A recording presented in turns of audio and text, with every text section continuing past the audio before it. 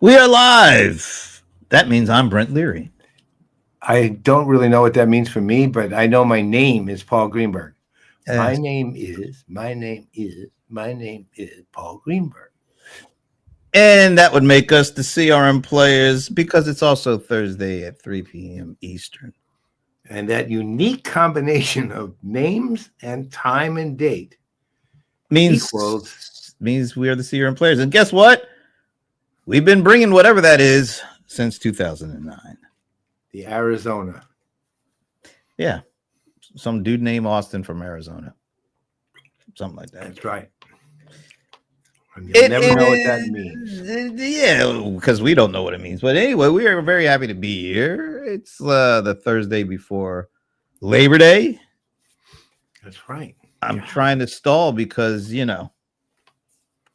usually about this time, we'd be doing something we call the moment is Finn. There's no spin for the moment, though. Oh, whoa. What must we do? Okay, what language is this? Hi, my name's Paul Greenberg. Yeah, that doesn't quite have the same ring to it. No. Well, I thought we could do an easy one, English. No, Pig Latin. He's not done Pig Latin yet, which is kind of a surprise. But anyway, we'll move on. Yeah, maybe he's taking off for the long holiday weekend. Who knows? Sven doesn't have Labor Day there, does he? Well, don't they? He has May Day. Don't they labor over there? Yeah, I don't know. Maybe it's got a different take in various countries in Europe. Well, anyway, we wish Sven a very happy Labor Day, and hey, we'll see him next week. Hope so. Next Tuesday, that is. Yes, because let me see if why would that be Tuesday? I'll show you why. Oh, okay. We are doing a very special CRM Players because for the third time, actually, we have been doing the reveal show with the fine folks over at CRM Magazine, and this year number 24 for the CRM Industry Awards. That's pretty. That's is that the longest running CRM Industry Award? Gotta be. CRM Watch List made it 19 years, and that was, as far as I knew, the longest running one at the time, except because we were tied. I think they were still one up on me by a year because they were at their 20th year when I finally sunsetted the award. So the magazine goes out next week. The winners have all been made, but the only place you get to see and hear who those winners are for the very first time, even before they get published in the magazine, you got to tune in Tuesday, September 2nd. I know it's after Labor Day, but it's at least it's a little later in the day. We will be doing the reveal show along with the publisher, Bob Fernickes. Said it right. Yes, you did. And the editor-in-chief, Lynn Klee. Said it right again. Yes. Wait, no, you didn't. You said Lynn Klee. I said Lynn Klee. Lynn. You said it like it was Lin, not Len. I'm not quibbling over that. I said Lynn. You got Klee right. Let's say that. I'm saying I got them both right. I didn't butcher it and say something. Get it to arbitration. Klee. Anyway, they will be joining us on Tuesday, September 2nd at 3 Eastern. I'll actually be in the Central Time Zone at Zoho's SMZ event. What does that stand for again? Small SMV. No, it's literally called the SMZ. It's like they have a new, completely focused on small business kind of influencers and stuff like that. But they call it SMZ. Well, let's leave that alone. And small and medium business zone, maybe. I think it's more some with that. Everything from Zoho has to have a Z. I know. Has to have a Z in there somewhere. All right, but anyway, that was they're trying to take it from Zorro. So 3 p.m. Eastern, 2 p.m. Central, noon, if you happen to be watching out west. So they have, let me see, I think I have this, 11 categories. Yeah, there it is. So we've got to get through 11 categories of winners. going from enterprise down to SMB, all sorts of things in between. I think one of the newer ones is the customer journey orchestration solution. Yeah, that's brand new. It's my favorite category. Love that thing. Yeah. So are there any other newer ones? I don't know. I think most there of was them one other one they mentioned. was it the unified customer experience platform one? That doesn't sound. No, that was last year. That was last year. I think they had that one last year. Wasn't it one of the contact center ones? The analytics. It wasn't infrastructure. And I don't think it was analytics. No, it wasn't that either. I think it might be that unified customer experience thing. Could be. I know they said two. There were two. Yeah. One of them being journey orchestration. Well, all those that you see up there, including the more traditional sales automation, marketing automation. Yeah. No straight up customer support, but that's because it's all engulfed in the contact center stuff, I think. All that is going to be announced first and foremost on CRM Playaz PPN Tuesday, September 2nd. Yes, it is. So if you want to be the first ones to know who won. Yeah, no, they won't be. They won't be because you and I already know. Well, we know, but we're not. They're not. Then they can't be the first because we know, and then we weren't even first because they knew before we did. Meaning CRM Magazine did. So if you want to be among the first to know, okay. Join us, and maybe I don't know. It'd be kind of you know what I might be setting myself up for some kind of like pain. Given where you are, I'm going to be at a vendor's location when we reveal these things. What if they, attack you? What if they think they should have been one and aren't? Well, I was going to say to be fair, we didn't have much to do with the votes, but we actually did. Actually, we did.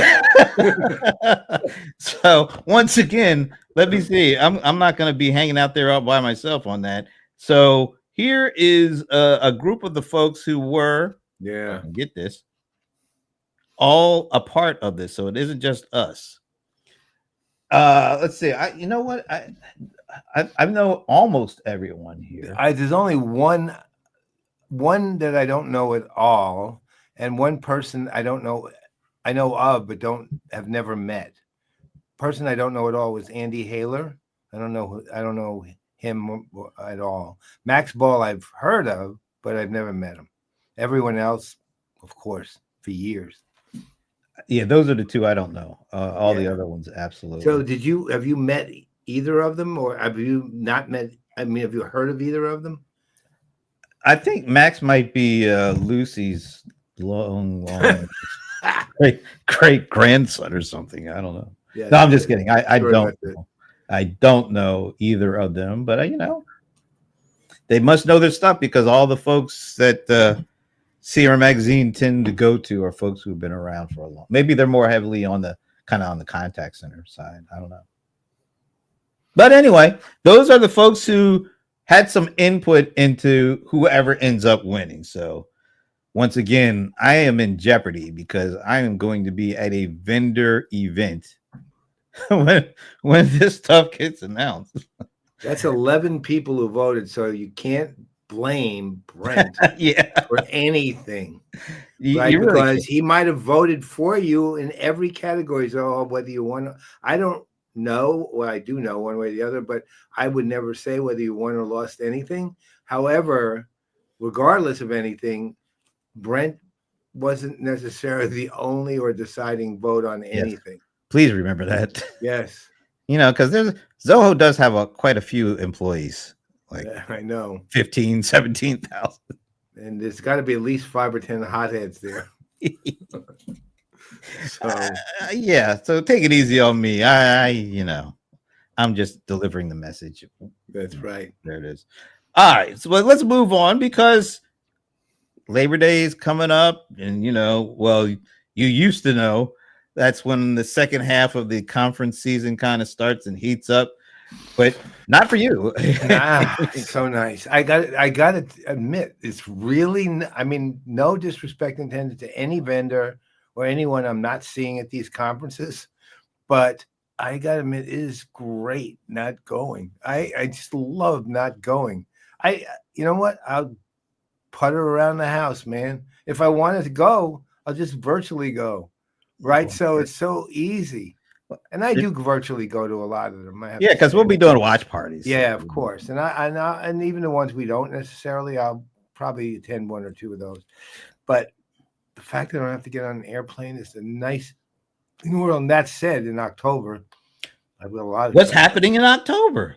Well, actually, there's one personal thing, which is my tribute to my cousin Richard in New York City. That's October 6th. The Broadway is holding a tribute to him because he was a big name on Broadway. It was considered one of the most important playwrights, I'm probably not exaggerating when I say this or not exhibiting family pride exactly, but he was probably one of the most important playwrights in Broadway history. And then October 13th, we have AI World. I had to think about that for a minute. AI World for Oracle, where Brent and I will be doing some amazing things. And look, we don't even know what it is yet, but because Kim Guillen is responsible for figuring out what it is, we know it'll be amazing because she is easily one of the most creative people I've ever run across in our industry. So yeah. Sometimes maybe a tad too creative for certain things she wanted us to do that we just couldn't go along with. Like with tattoos involved, can't do that was one. not happening. Not doing that one. But to her credit, she took a shot at it.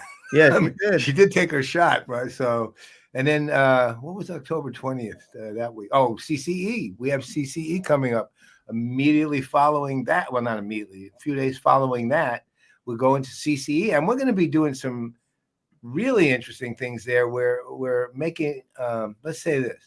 Not only are we going to be doing some on the scene, both commentary and interviews and so on, but if we can make it work, we're going to be trying out a whole new platform while doing it on the technical side. Kaltura, which is a company that is enterprise-grade video platform that, in fact, is the one that AWS actually uses for its events and the like. And the good news about Kaltura is it scales down, too, because that's what we need. And for our purposes, it's going to be a different way of doing things, but it's kind of exciting given what their possibilities are with the platform itself. So, yeah, and we're going to be right on the edge of that cliff doing a special broadcast. And if it doesn't work, we will be jumping. Yeah, we better write the wheels out before. Yeah, well, mine's done. Are you kidding? I'm 75. Remember, anyway. We got a will. So that's cool. I'm looking forward to both. What was it? Was it open world before it was cloud world, and then now it's AI world? Yeah. Is that how it went? Yeah, and cloud world only lasted maybe 3-4 years, and that was it.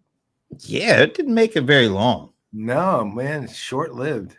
Well, I mean, adapting to the times, I guess, is it. So what we're gonna have sentience world next. Wow. Let's hope not. No. Well, it doesn't matter. We won't be going. Only AI will be going. AI only will be attending. So something that did happen this week was the latest episode of Talking Headless. And Shashi had one, I think, Patrick Corcoran, who I am not directly familiar with. No, me either. One of the other guests we are definitely familiar with because she actually helped us out at a pinch, Maribel Lopez. And so I have a bit of a clip from the show, and maybe we could chat a little bit after we hear it. This is Maribel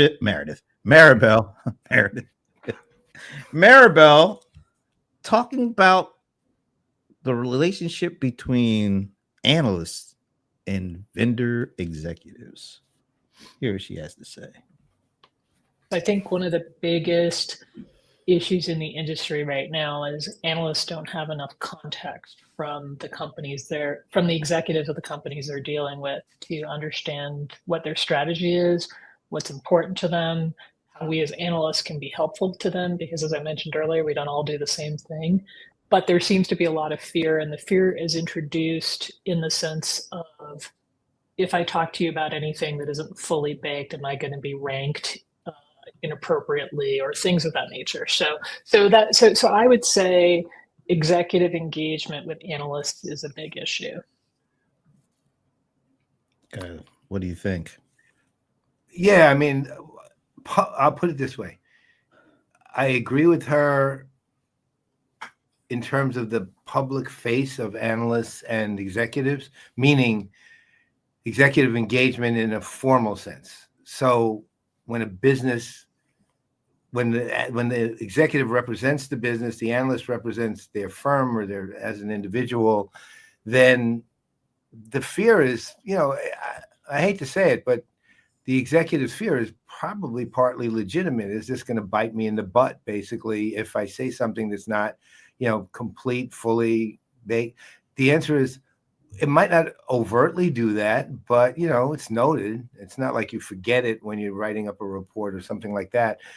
I mean, I saw that with the watch list. It's not like the watch list was one of the reasons the way I did the watch list was deliberately as anything you say in here, unless you mark it as confidential, is public.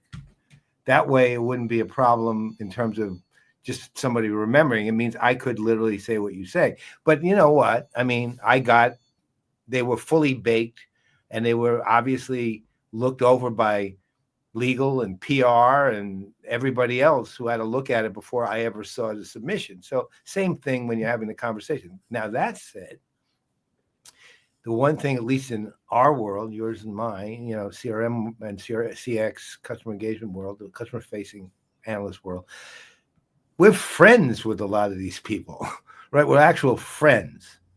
And the thing that's really something important about the friends part is, because they're our friends, no matter what, we will always respect their boundaries and protect our personal relationships, because that's more important than our business ones, right? So it's kind of not that simple.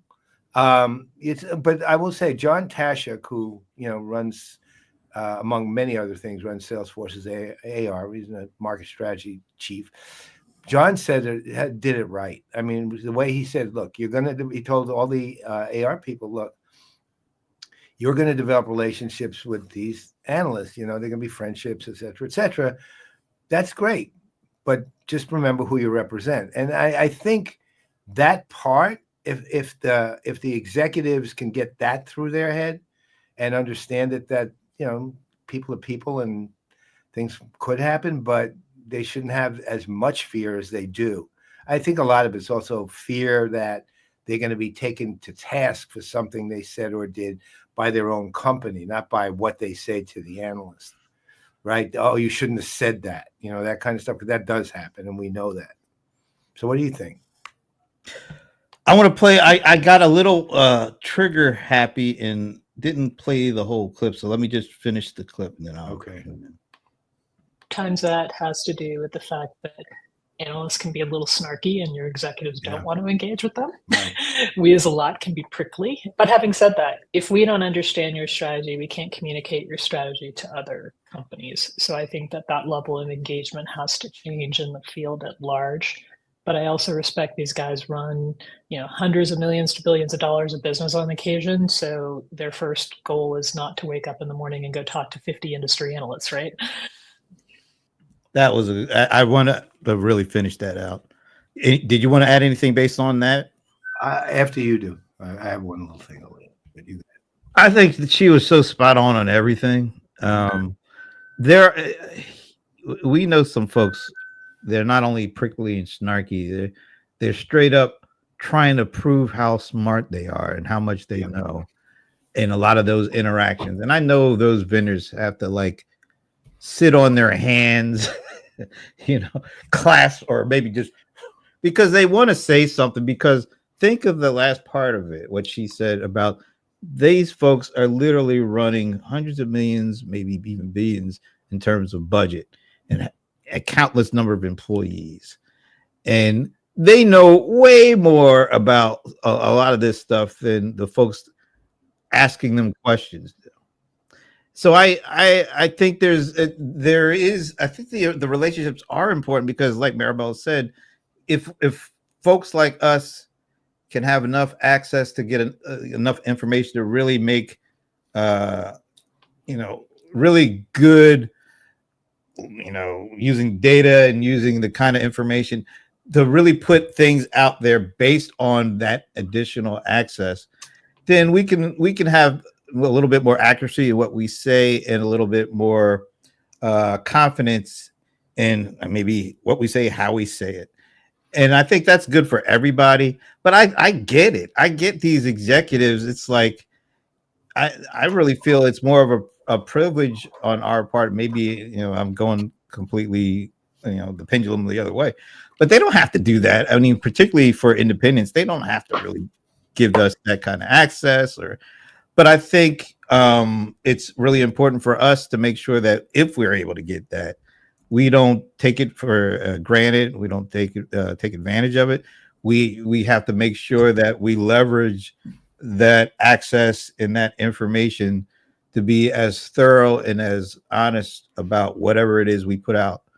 And I think a lot of folks use those. We all like having access to executives. For sometimes it's not for the reasons that are really important to the executives or to their companies, but I can see why some people use those interactions for to try to further some of the goals they may have. I just think everybody has to be really open about what's going on and how they are looking to use that time in front of an executive, and not take it for granted or make it try to do things that it really wasn't meant for. So just finish out what you said. Look, I mean, we've said it, and we've been saying it for years. A lot of the people in our industry, to put it bluntly, can be jackasses, right? I mean, they just are. They're alpha. They're trying to be alpha all the time. They're trying to prove, to your point, how important they are, and they think it's not. Maribel was being kind when she called them snarky, right? Right? They're just jerks, and they act like it. They think that what we're doing as analysts is word of God, and it's not. It's an opinion. It's an opinion, and it's a well-considered opinion. Now, to that point, though, because analysts on the other hand, and there are a lot of very nice ones, but also on the other hand, analysts do have some actual impact and power in making decisions move, right? Making things happen. So it's wise for the vendors to provide them with what they need for the most part, but they have to look. To be honest, there still has to be a two-way trust going on either way, no matter what, regardless. I would not give, if I'm an executive and I'm a decent enough human being and I'm dealing with one of the jackass analysts, I'm not giving them anything. Why would I? Because all I know is it'll be used against me, whatever it is, right? Because they're not good. They're not nice people. Okay. Now, again, it's not most of them, but there's enough of them to be noticeable. Just enough. Yeah. And so the reality is this, people to people, and you learn to trust who you learn to trust. And that trust is critical to that relationship. And to Maribel's point, though, if the vendors want their strategy to be presented through another party, through an analyst, they have to give the analyst what the analyst needs to present it and to be, to do it fairly. Look, the thing the lesson I learned with the watch list after several years was that I knew they trusted me, and I was very happy with that. And I did everything I could to, make sure that I met that trust no matter what. It was more important to me than anything else. And they knew what was going to be the case, and I knew what was going to be the case. And they, they were giving me reports with 220 pages, 270 pages of data, right? And so clearly they were willing to do it. And they did it. And I was honored and grateful for it, as much as I acted like, okay, it's really hard to win, which it was. At the same time, I was honored and grateful anyone would even, then I would get people say, well, how much does it cost to enter? Because, all these typical things do cost something. I said, nothing. The amount of labor you're putting into this is enough of a price. Believe me, I said, I am honored you're even willing to do it, that you think it's right. So not zero, but that's the point. And it's to the point. Look, if I'm being straight, you and I have very good relationships with AR people generally. Because why? Because we respect their job. Why? The executives, we respect what they do. And, unless they're jerks too, because the executives, there's plenty of jerk executives too, right? Unless they're jerks too, we get along great with them. And we actually like the people we're dealing with. So By we the don't way, want to hurt them. by the way, our guest, we do like. All right, Oh my God. Love is the word there. That's just straight out hearts, man. I mean, our guest. Are you kidding? By the way, she's sitting in the green room. So. Oh, no, I see. I see that. Well, I don't see it. I saw the notes. Okay. So, you know what?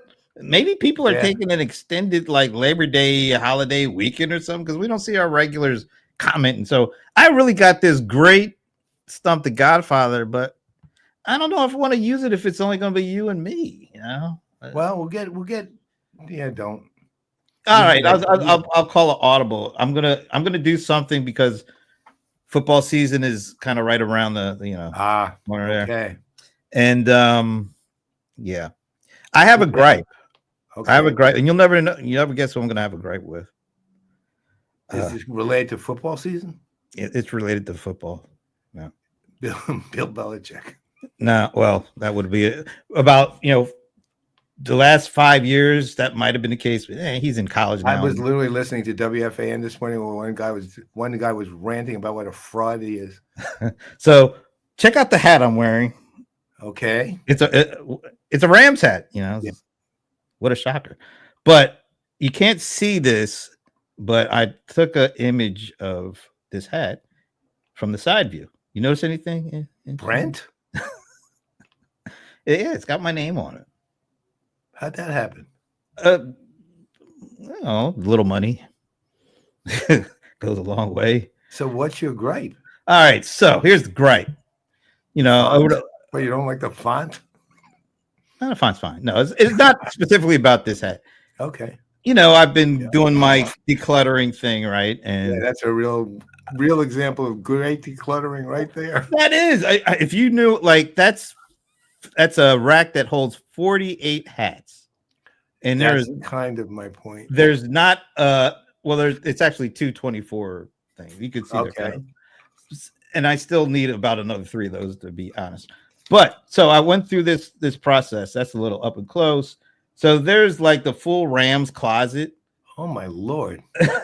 So yeah, literally everything in that closet has some sort of Ram emblem, logo, whatever. And it made me think, I have a sickness, but besides that, I've spent a ton of money on Rams gear over the year. I mean, look at that. I got at least 30 Rams hoodies in that closet. You probably have, I am not exaggerating when I use this number here either, about $50,000 worth of Rams gear there. And guess what? The Rams, they don't know a clue. They have no clue because I don't buy directly, because you can't buy directly from, or all the NFL teams of, I guess, contracted all their logo stuff. I mean, all their stuff out to the Fanatics and stuff like that. So I have bought a ton of stuff from not from the Rams, but Rams gear, like you said, and they don't even know because I don't go directly to them. So guess what? They don't even know how big a fan I am unless they watch our shows, because ever since we've been doing this live on LinkedIn for like the last 4 years or whatever, 5 years, I think. Yeah. 5. Every week, 5, sometimes 2, sometimes 3, sometimes 4 times a week, I am sporting Rams gear. I'm buying Rams gear, and the Rams themselves don't think I'm a fan because I'm not a season ticket holder. That's where,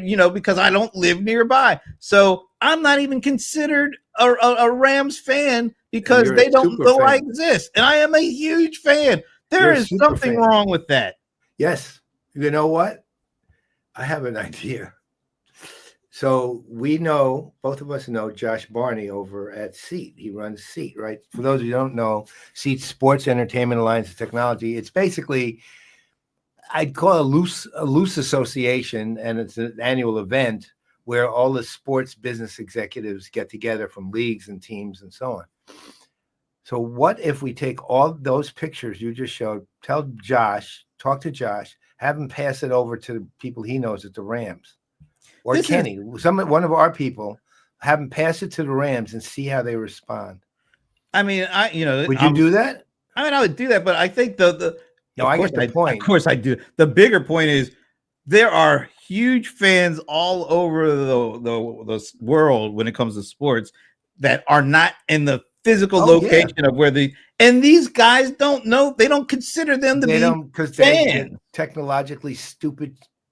The teams are not very good. Look, do you remember there was a seat conference a few years ago in Atlanta? It was the one in Atlanta, and there was a conversation I remember about the Dallas Cowboys' biggest fan, and he had power in like driving gear sales and everything else, and he had never been to a Cowboys game. Wow. And but he was on social. He's like you on social with a huge following on back then. It was still Twitter and things like that, but he was driving sales of Cowboys gear by just his conversation, and he didn't go to games at all, but they were aware of his presence, right? So I mean, I have literally converted people to be Rams fan. Remember at Pega World, I recruited Tara away from Seahawks to the Rams. I know. Look, even our event logo in colors, they go with the Rams colors. I mean, did not realize that. I did not realize that. All of a sudden, now it all makes sense. All right, we'll work on this.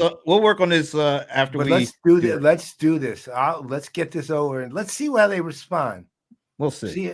Get it all. We'll get the pictures you just showed of your hats in your closets. That's it, and we'll send it over to the Rams, and then get it sent over to the Rams and see what happens. All right. Well, in the meantime, we do have a guest.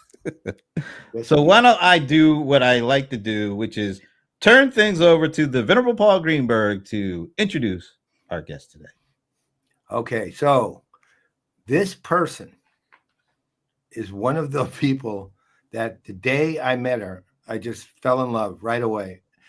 She was at Microsoft at the time, and she was running. It's interesting. Microsoft does not know how to promote people very well. They don't get titles and things. So I think she was, if I remember correctly, a senior director at the time, doing the job of basically an EVP, running Dynamics, basically after Bob, and then there was somebody in between there, left. She was kind of doing this, even though her title didn't indicate that she was doing that, but she was the go-to person when it came especially to CRM, but a lot more than that at Microsoft Dynamics. And when she left, so I would meet with her almost every time. I was engaged with Microsoft to do advisory Kenny? work. Oh, I thought engaged with Kenny. Paul and Kenny. That's a documentary once a year. And the other thing that happened though in the course of that, I just realized she's just this great person. Now is she really, really good at this job, like really good. It used to piss me off about Microsoft just not giving her the recognition she should have. And it really did. It was like Bill Patterson way back when. But she's a great person. And she and I and Jen Douglas used to go out and basically eat and drink, and talk. And it was just like awesome. It was like some of my favorite moments. My entire career was just going there and doing that. Then she went over to Contentful, and major coup for Contentful. I mean, the downside of Contentful was they didn't invest enough money in what they had to do, and still they haven't done that. But that said, Dean, I don't want to give it away until the end here. she still made a real impact there, and she even brought over Nicole France, who was one of the analysts, from Constellation, to help her over there. And again, really smart. She just keeps doing smart things. Now, she got an opportunity at Salesforce, and when we talked before she actually went there about it a bit, but I didn't really know exactly what it was, the title. But as it turns out, Dina Apostolou is now the new CMO of Sales Cloud at Salesforce, which is a huge, awesome position. See, and that smile, by the way, just killer, right? She's just this amazing. Oh, I thought you were talking about Al, but okay. No, I that one just, I'm annoyed by that at this point. Right, that's just been around too long. But Dina will, let's put it this way. One thing I expect, and I know, just judging from her actual history of accomplishment throughout her career, is this will have a significant impact on Sales Cloud and probably beyond it at Microsoft, at Salesforce. And why don't we bring on Dina now, because she is awesome, and I just want to shut up. There she is. Thank you. Good to see you again. It's good to see you both. I know it's been a couple years, I think, since I've joined one of the Playaz. Yeah. So where are you now? Are you in the office? I'm actually in an office. It's only a few miles away from my home. I'm in the Data One building, which is in Fremont, a neighborhood of Seattle. This is the original Tableau building that Salesforce is at now. So I'm only like 9 days in, but I've already been into the office most of last week in San Francisco, and now twice this week. I'm enjoying it. Yeah. Oh yeah. Well, you're a perfect fit for those guys, believe me. So talk about your new responsibilities a little bit. I'm really curious to hear them. You're curious to hear? We're all ears. Well, sure. Yes. Salesforce is organized across, a bunch of different businesses and cloud products, as you know it. And so within the marketing area, I would say we're running a business with our product counterparts, with our sales leaders. And Sales Cloud is obviously one of the bread and butters of the company next to Service Cloud. And, when we sell other products, sales wins as well, but it's typically like the go-to of what businesses are looking for in order for their, sales functions, their selling functions to operate. And so I'm responsible for the product marketing area of the Sales Cloud business, which is pretty robust. We work cross-functionally across, the company, but bringing a business mindset as well as that marketing discipline, I think makes it a great opportunity, to use experience from, my past history, but to be able to apply that level of experience and skill to this position. Well, one of the things that's interesting about Salesforce is the true CMO power resides in those clouds, not at the global level. It's really the way the clouds have worked historically. It's been the CMOs of the various clouds who really drive the output, for the company. Even the global, the Salesforce is Salesforce, so Mark's the CMO really. But so, and they have global CMOs, but who's the current one? I can't remember. Ariel. Oh, that's right. Oh yeah. I like it. I know he is. You really, all of the CMOs within Salesforce Global or by Cloud, really stellar. They've seriously raised the bar in the industry. One thing I like about Ariel, he's a listener. He actually will listen. I met him when he was at Oracle back, and I had a good conversation with him, but I realized, unlike many, he actually was like listening, right, as opposed to just sort of biding his time till he could end the conversation. So, and have that as a global CMO is a tremendous asset, really. So, what's the first 9 days been like? The first 9 days, I know everyone keeps asking me, drinking from the fire hose, and I'm like, a little bit, but when you've spent some time in this space, it does feel familiar in some ways, but also different. Things have changed quite a bit just in 5 years, going, from private, public companies to private companies, being on one end of the spectrum in the space to being a customer, now a 2-time customer of Salesforce. So it definitely rounds my experience and my thinking a bit more than if I, was to have made this change and shift over to this position sooner. So I think that there's familiarity. Obviously, our big focus right now for me getting up to speed is, really getting to meet the team, the business stakeholders across the business, the products. I just was on a fantastic call with a leader in the solution engineering organization. One of my favorite types of colleagues within a sales team is being able to spend time with someone that knows that can strike the right balance between technical and business, and to be able to go deep into the product. So one of my priorities is actually just getting up to speed on the latest in where Salesforce has really set the pace out in the industry and some of the newest innovations. It's super exciting to see what they're doing in running their operations here, not just what they're selling to customers. That's a pretty big mantra and something that's different than I think what most like global CMOs are focused on. Ours in particular is really passionate about ensuring that we have that, firsthand experience as customer zero.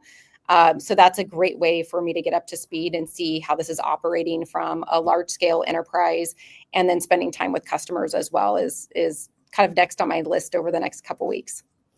I want to go a little back to a conversation or a show we did a couple of weeks ago where we had a bunch of folks that, like you, like we've known for years at senior positions at certain companies, and recently, kind of like you, but maybe not as recent as you because you're only 9 days, and some of these folks have been around for a couple of months. But we gathered in together. We just had this conversation about, how now in the kind of the ChatGPT era or the agentic era or whatever, what was the experience like going through the job evaluation process? Was it different? Did you approach it differently because maybe you were able to use certain AI to help, make determine things about the next job you wanted? But just tell us a little bit about the process and maybe how it's different now compared to like when you were at a company like a Microsoft years before ChatGPT. Yeah, it's a great question. I did prepare, I think, and approach it a little bit differently, just given where we are. Part of it is that you get so wrapped up in using this day to day, and then you forget about how you would maybe use it in a situation like this. And so there's, I would say like there's two spectrums of it. There's a lot of benefits in terms of being able to brainstorm. I think that's probably what I was able to do the most, is brainstorm things, like I have a pretty good idea of like what my values, my leadership styles, things of that nature, right? How they align to a company's values, and their principles, like that's a good way to kind of see what that alignment looks like as one pivot.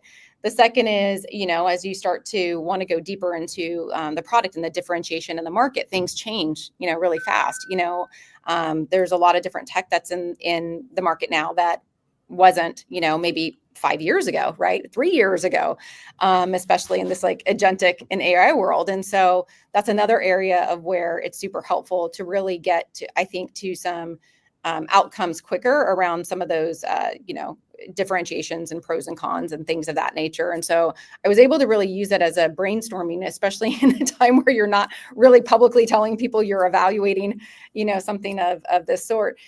So it does, end up being a little bit of, a left hand, right hand to you, through that process. The other side of it, though, is like I was trying to use some different technology to help prepare. So outside of just, preparing for my thoughts, it was more about the delivery.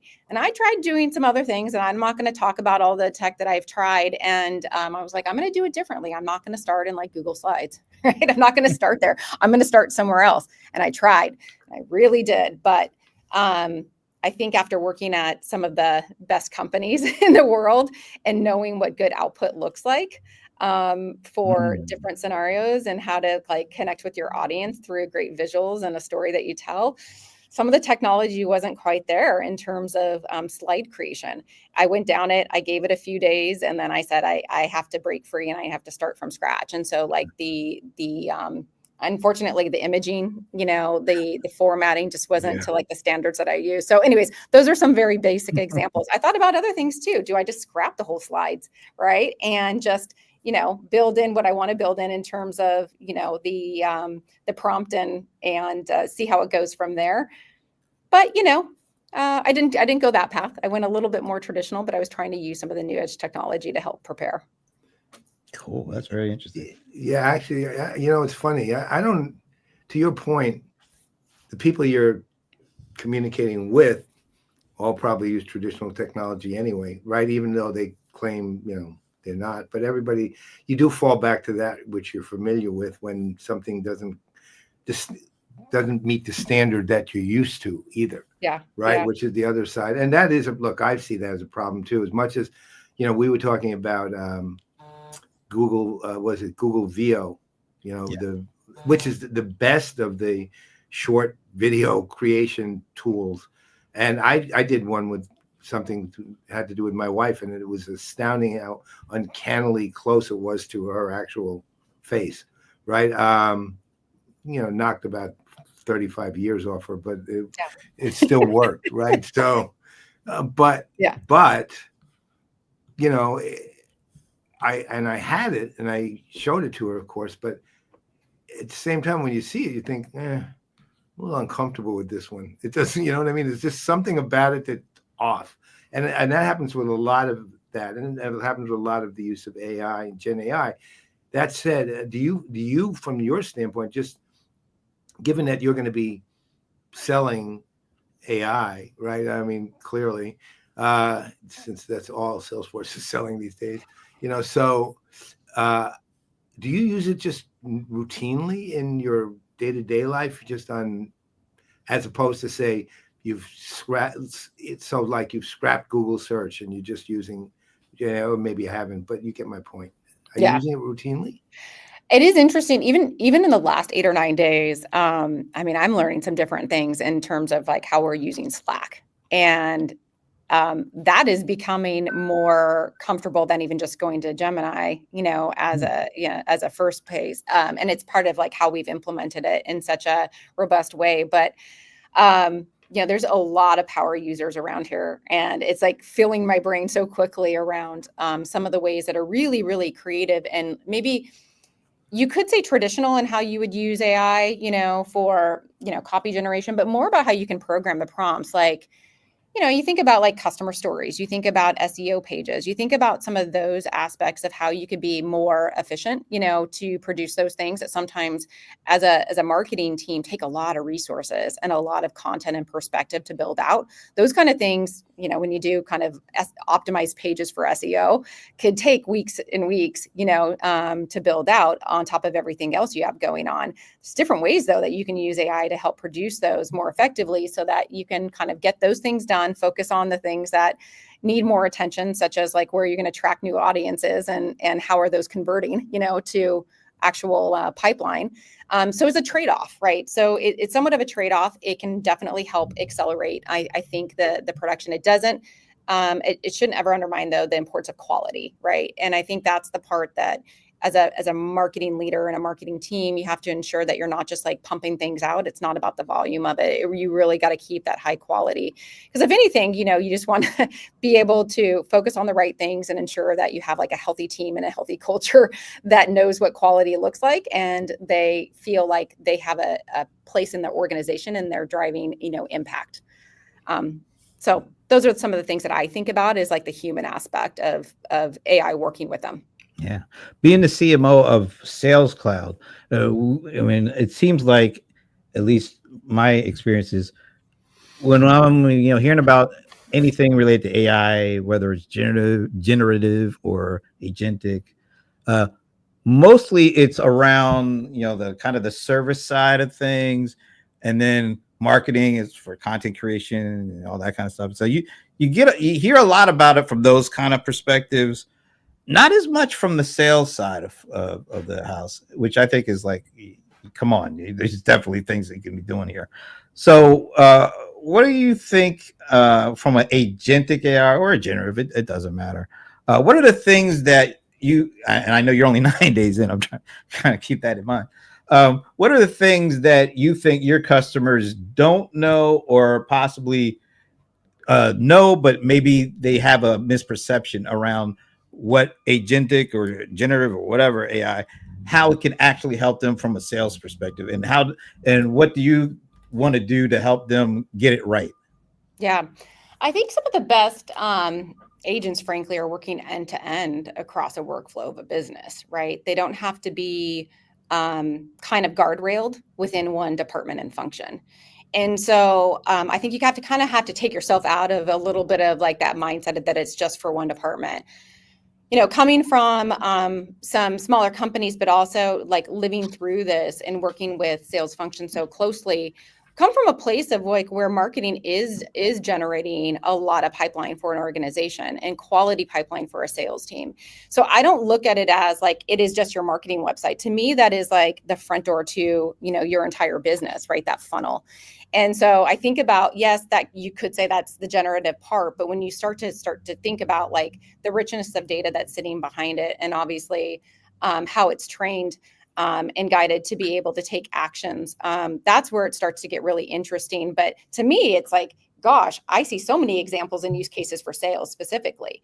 You know, you're able to now start to understand, you know, your ICP and behavioral aspects and all of these things from those different channels. And, you know, your agents are able to, you know, kind of react and take tasks appropriately based upon those. So instead of spending a lot of time like training systems and routing rules, you know, you're kind of putting that into the agents to kind of fast track and add that extra layer of human capacity where you don't typically have that, especially in those like frontline sales roles that are like the first step in doing like discovery or pre-discovery. So that's like one area that I think is super important for scaling sales and successful sales teams. But then it gets into other aspects of being able to translate, you know, your calls and conversations with prospects or customers. Think about how mundane, you know, we know how mundane that is. And I think that's one of the beauties with like technology now is just to be able to record and transcribe, you know, take those notes and actions in a thoughtful way, but update account information, right? To be able to do that on the fly. I mean, that's one of the things I think AEs hate to do, if I'm not mistaken, is updating. What they also hate to do is to be able to create executive briefs on their accounts for when executives are doing visits. Like all of these things are tasks that are not going to be going away, but they can be, you know, obviously helpful with having, I think, the power of like agentic, you know, technology behind it to really help improve the productivity and the throughput so that people are spending time and saying, wait, I know more about these individuals or the business, right? And they can be more, I think, authentic in the moment versus thinking about like the tactical next steps that they need to do to check off the list and to ensure that, that account, that deal is progressing through that sales cycle. So needless to say, I think that, sales to me is just like a natural place that I've been used to in terms of where I've seen AI and some of the innovations over the past decade, especially in the past couple years, come to life, not just on the, service or marketing side. Well, there's also so many adjunct potential uses. I know one thing, I'm not going to mention the name because I'm not sure I can, but there's this company that I'm talking to a little bit, which is they're doing agentic AI for journey orchestration, which, I mean, I retired from making money in December 31st, but I'm literally going to probably advise these guys and get paid for it too. But, right. But just because the subject alone was so fascinating to me, because I'm aside from my general love for journey orchestration, but still, yes, I do remember. Journey orchestration is only second to the Yankees in his love. No. So, no. Let's say this: it's a very distant second to the Yankees. But if you think about it from the standpoint of the sales process and journey, it's an adjunct, but at the same time, it's one that would really, really be beneficial to something like sales. And then on the other hand, you have companies like pros out there who are using AI for, basically figuring out pricing models and handling CPQ and other things through AI at a level that I think nobody does as well. But at the same time, imagine for your salesperson. I remember Oracle used to do this too. It's way back. But they would have models that would essentially just optimize, quotes, right? And they were using old school AI back in the day, but it was still AI. And or another thing I still remember was Oracle in 2008 had this product called Social CRM. was like Yep. early product. And if you remember, there was one part of it which I always found utterly fascinating, which is it basically it wasn't agentic AI, but it was still AI. They would use AI to essentially go back, take a look at all the presentations, everything been done in basically their salespeople's archives, and figure out, okay, given this opportunity, what would be the best presentation to use? What would be the best, way to approach the opportunity, et cetera, et cetera. And that was actually a very successful part of the test. But the other thing is they wanted to get a little too predictive. They said, and the deal will close at this level in this time frame. And I said, why will you even try that one? I said, if it's 6 months, you say it's going to close in 6 months and it closes in 6 months and 5 days, you're wrong, right? So you really don't want to make that as part of your product, but they did. And of course, right down the tubes. But the concept worked for sales. And it was, again, old school AI, was not agentic, was not even generative, but it was old school application of AI. And that was still highly valid use cases for it on the sales side, I think. Because they may be close to edge cases, but they're still important ones, I think. Absolutely. All right. I want to ask about I know, gosh, some of the things I'm asking is like, she's only 9 days in. I know. Can only do but so much. Have you, How do you like the food? Yeah. Yeah. The cafeteria. I don't know. I've had water and coffee. They have good coffee. Yeah, Right. yeah, great coffee. Great, All right. yes, especially the coffee creamer. Yeah. Have you had a chance to talk to one of our people that we really enjoy speaking with over at Salesforce, amongst many, but Bobby Janya over, and I think he's still the CMO of the Marketing Cloud. Have you guys had a chance to talk? Bobby Janya, J-A-J-A-N-I-A. Oh yeah, Bobby. Yeah, Bobby. Yeah. That's how On the same everybody team. really. Yeah. He's awesome. I think there's going to be some really interesting synergy. I think there are. I mean, there naturally already is, but especially as we look into Dreamforce and some of the things that we'll be doing together there. I think one is telling our own story, right? How Salesforce is running on Salesforce from, a data perspective and marketing and sales, so that's one aspect of it, but we'll also be talking about some product innovations as well there at Dreamforce, and where Agentforce is helping to play a significant role between the two clouds. So have you managed to talk to Bill Patterson? Yes. I'm just checking. Yeah. We're going to go through the list. We're going to go through the address. Right. Yeah, well, 9 days in, we have so many friends over there. And we do. Now that you're there, it's like, oh my God, another one to this amazing combination of people. Could be a reunion, Yeah. Well, it's kind of, there is a little bit of reunion. What is it like when you've worked with people at other stops years ago, and then now you're working with them again? That's got to be kind of an interesting dynamic. I mean, there isn't that many, but there has definitely some people from that we've worked with, and we've reconnected, and some, I'm engaged with a little bit more often, just given, the business, and some are, a few degrees of separation, but it is fun. It is fun to have those connections and to be able to talk to them about, their experience and kind of transitioning in, to the company. It's also great to kind of pick their head in terms of, how long that they've been here now and the transformation that they've seen that the company has made, and then how that has shaped the industry too, and kind of cross compare notes there too.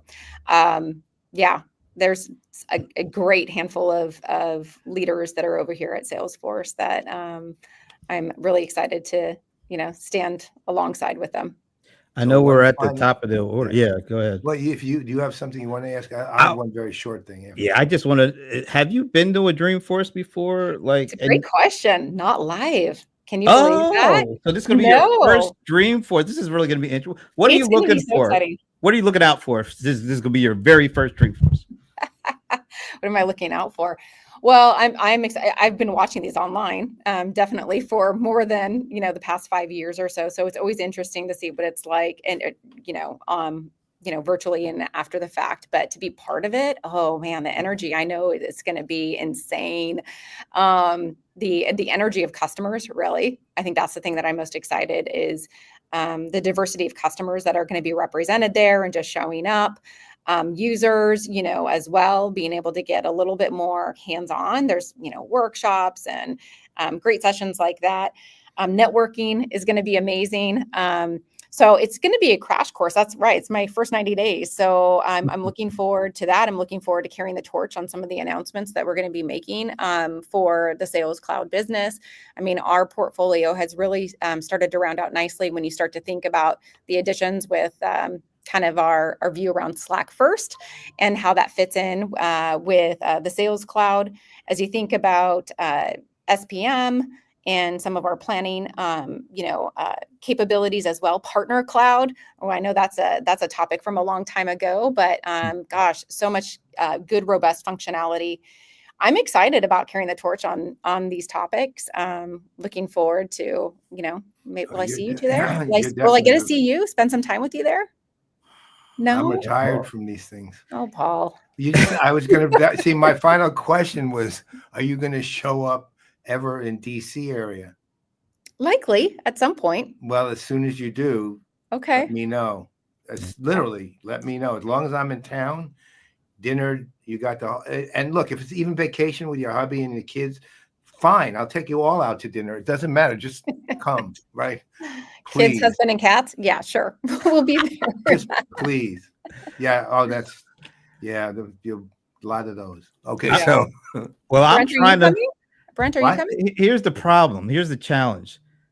We're doing a CRM Playaz engagement at, it's called AI World. AI World, right? Oh yeah. And Oracle AI World and Dreamforce, for whatever reason, are the exact same time dates, like October 13th to the 16th, exact same. And it's paid. So it's a paid. Yeah, I'm trying to figure out if there's a way that I can make it for another day, or if I can get out for that for one day, I'll let you know. But it's kind of not looking that way right now. All right. I mean, you and me, I loved going out with you and me and Jen. I did. It was like one of my favorite things to do when I was traveling all the time, was just three of us going out and hanging out at dinner for a while and having a drink or two and chatting, man. That was awesome. Yeah. Well, we'll do it again. All right. See if we get Jen too. Absolutely. But you'll have to, cross company now, but what the hell? We're still friends. We're still friends. What the hell? Right. Yeah. So, well, first of all, thanks for taking time. I mean, you're just getting started there. And for you to, I know we asked kind of late because we were like, wait a minute, she just posted, and that was just literally, wasn't that yesterday or the day before or something like that? Wasn't that before? Yeah, 2 days ago. So thanks for making time to join us. It's been way too long. We're glad to see it and see you're doing so well, and this looks like a great opportunity. Oh my God, yeah. Thank you. And then honestly, it's a really important nexus point for Salesforce right now, because the messaging is not quite there yet, and it's hitting them a little bit. So somebody like you can turn the ratchet. And is she gonna have to make that sound too when she turns the ratchet? We have a great troop of leaders that are on that. I know you do, but nonetheless, but it's not always just the existing. It's when you add that other ingredient.